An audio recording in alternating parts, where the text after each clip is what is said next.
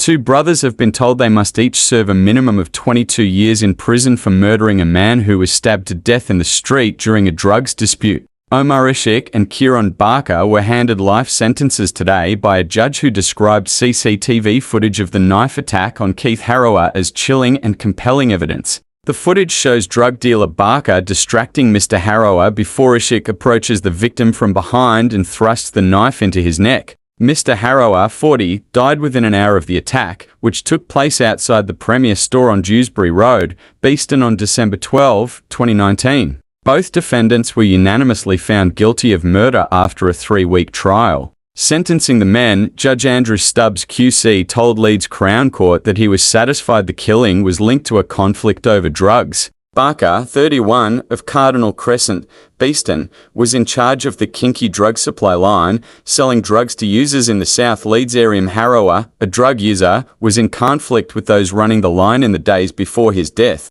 The court heard the father of 5 told a friend that he robbed people involved with the line of several £100s and that people were looking for him. Mr. Harrower contacted Barker on the day of his death and was lured to the area, believing he was going to buy drugs. The brothers then lay in wait for Mr. Harrower before carrying out the attack. Judge Stubbs said, "The CCTV footage is chilling and compelling evidence that Barker engaged him in conversation, so he was completely unaware of Omar Ishak." The judge described how Ishak, 34, of Low Lane, Horsforth, then inflicted the fatal blow which severed an artery in Mr. Harrower's neck. Ishak then stood back and adopted a boxer's stance in case he needed to carry out a further strike. Judge Stubbs said the killing had had a devastating impact on Mr. Harrower's 5 children and other family members who were already grieving over the recent death of a family member. Ishak and Barker attempted to flee the country after the killing. They traveled to Hull intending to catch a ferry to Amsterdam but returned to West Yorkshire as Ishak did not have a passport. The judge also praised the public-spirited efforts of a woman who stopped her car to try to help Mr. Harrower as he was fatally injured. She was awarded £250 from public funds.